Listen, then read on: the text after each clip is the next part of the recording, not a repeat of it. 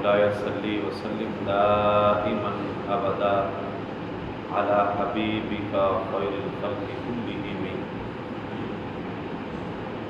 فإن فضل رسول الله ليس له حد فيعرض عنه ناطق بفمه.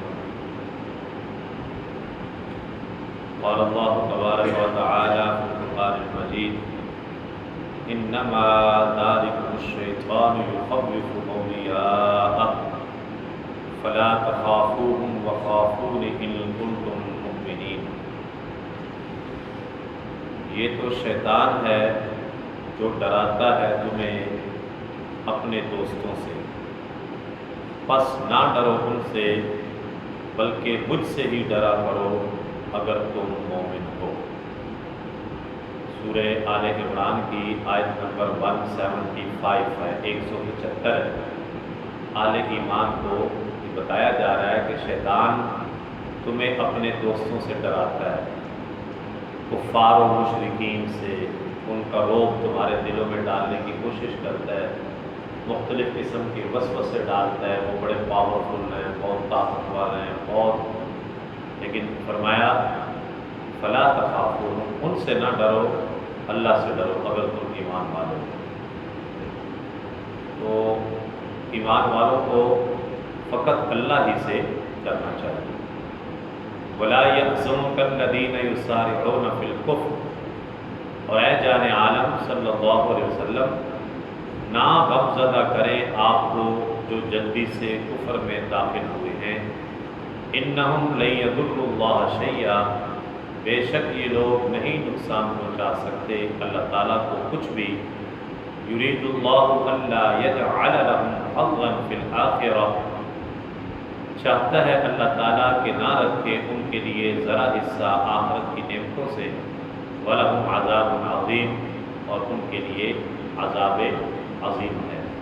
نبی کریم صلی اللہ علیہ وسلم کو تسلی دی جا رہی ہے کہ اے پیارے محبوب صلی اللہ علیہ وآلہ وسلم، جو لوگ اسلام قبول نہیں کر رہے، آپ کی دعوت حق پہ لبیک نہیں کہہ رہے، ہدایت اپنی آنکھوں سے دیکھنے کے باوجود اس کو قبول نہیں کر رہے، تو آپ ان کی اس حرکت سے پریشان نہ ہوں.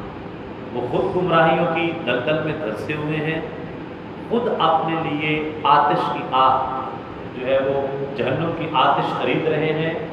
آپ ان سے پریشان نہ ہو. اگر یہ ان کی منشا یہ ہے تو ارادہ خداوندی بھی یہی ہے کہ یہ آپ کی نافرمانی کرنے کے سبب دنیا میں بھی غافل ہی رہے تاکہ ان کا آخرت میں کوئی حصہ نہ ہو. آپ اندازہ کر سکتے ہیں کہ بارگاہ مصطفیٰ صلی اللہ علیہ وسلم سے منہ موڑنے والے کا کتنا بھیانک انجام ہے. اللہ تعالیٰ توفیق ہدایت ہی ان سے چھین لیتا ہے تاکہ ان کی آنکھیں کھلے ہی نہ، کسی گمراہی کی وادیوں میں بھٹکتے بھٹکتے بے ایمان اس دنیا سے چلے جائیں تاکہ آخرت میں بھی ان کو کوئی حصہ نہ ملے. اس لیے کہ جو بندہ اپنا ایمان سلامت لے کے دنیا سے جاتا ہے، جس نے کلمہ توحید و رسالت کا اقرار کر لیا، لا الہ الا اللہ محمد رسول اللہ، وہ چاہے جتنا مرضی بڑا گناہ گار ہے، جتنا مرضی بڑا گناہ گار ہے، ایمان کے ساتھ دنیا سے گیا ہے، آخرت کے دن بالآخر اس کی بخشش ضرور ہونی ہے اور اس کو جہنم سے نکال کے جنت میں ضرور ڈالا جائے گا. اس کو نبی پاک علیہ السلام کی شفاعت ضرور نصیب ہوگی اور وہ جنت کی وادیوں میں ضرور سیر کرے گا جو ایمان کے ساتھ اس دنیا سے گیا ہے. چاہے اس نے زندگی میں صرف ایک دفعہ کلمہ ہی پڑھا ہو اور کوئی نیک کام ساری زندگی نہیں کیا، صرف ایک کام کیا کہ کلمہ پڑھ لیا، لا الہ الا اللہ محمد رسول اللہ، اپنے حصے کی جزا و سزا بھگتنے کے بعد بالآخر وہ جنت میں جائے گا اس ایمان اور کلمے کے صدقے سے. یہ ایمان کی برکت ہے. تو کتنا بد نصیب ہے وہ شخص کہ جو بے ایمان دنیا سے جاتا ہے.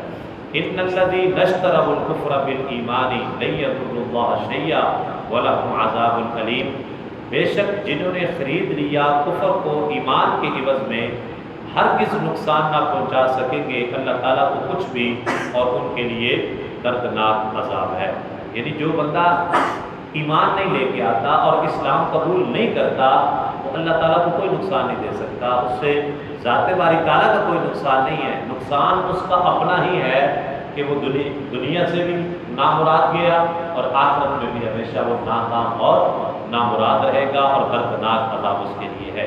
وَلَا يَحْسَبَنَّ الَّذِينَ كَفَرُوا أَنَّمَا نُمْلِي لَهُمْ خَيْرٌ لِأَنفُسِهِمْ، اور نہ خیال کریں جو کفر کر رہے ہیں کہ ہم جو مہلت دے رہے ہیں انہیں یہ بہتر ہے ان کے لیے۔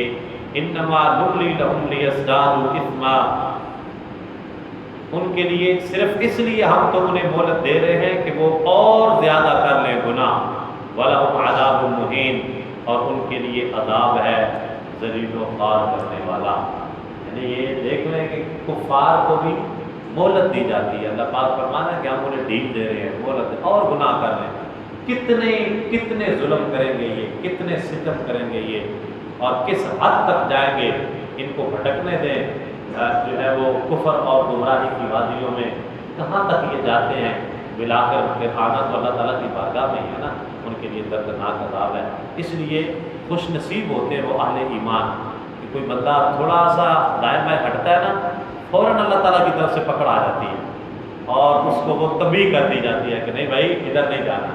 وقتی طور پہ بندے کو تکلیف ہوتی ہے کہ یار یہ میں ہی آزمائش میں پھنسا رہتا ہوں ہر وقت، مجھے ہی، لیکن یہ اس کے لیے کیا ہوتا ہے کہ اللہ تعالیٰ کی طرف سے یہ اس کے لیے ایک انعام بھی ہوتا ہے کہ وہ راہ ہدایت سے بھٹک رہا ہے تو فوراً اس کی نکیل پکڑ کے کھینچا جاتا ہے کہ نہیں نہیں بھائی ادھر نہیں جانا، یہ آپ کا راستہ نہیں ہے، آپ یہ صراط مستقیم پہ چلیں۔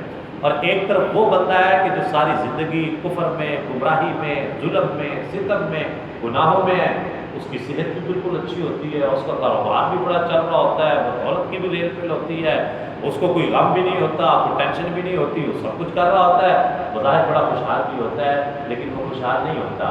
اللہ تعالیٰ کی طرف سے اسے کوئی میسج نہیں آتا، کوئی تنبیہ نہیں آتی، اس کو چھوڑ دیا جاتا ہے اس کے حال پہ، تاکہ یہ غفلت میں اتنا ڈوب جائے کہ اس کو کبھی احساس ہی نہ ہو کہ میں غلط کر رہا ہوں۔ اس لیے اگر احساس ہو گیا توفیق توبہ ہو گئی تو پھر تو یہ سیدھے راستے پہ آ جائے گا، اور راستے اس نے ظلم اتنے کیے ہوئے ہیں کہ اب سیدھے راستے پہ اس کو لانا نہیں ہے، اس کا آنا ممکن نہیں ہے، اس لیے اس کو اس کے حال پہ چھوڑ دیا جاتا ہے، اور وہ سمجھتا ہے کہ جی میں بالکل ٹھیک ہوں، دیکھا نا جی میرے پاس سب کچھ ہے، صحت بھی ہے، دولت بھی ہے، اولاد بھی ہے، خوشیاں بھی ہیں، سب شہرت بھی ہے، ہر چیز ہے، کچھ بھی تو مجھے نہیں ہو رہا۔ اس کو کبھی بھی وہ رجوع الی اللہ کی توفیق نصیب نہیں ہوتی ہے۔ یہ بھی ایک اللہ تعالیٰ کی طرف سے بہت بڑی آزمائش، امتحان، اور کہنے کہ ایک طرح کا عذاب ہوتا ہے کہ انسان سے توفیق توبہ چھین دی جائے اور کبھی اس کو اس چیز کا احساس ہی نہ ہو کہ میں غلط راستے کا مسافر بن چکا ہوں۔ اللہ تعالیٰ مجھے آپ کو ہمیشہ صراط مستقیم پہ کاربند رکھے،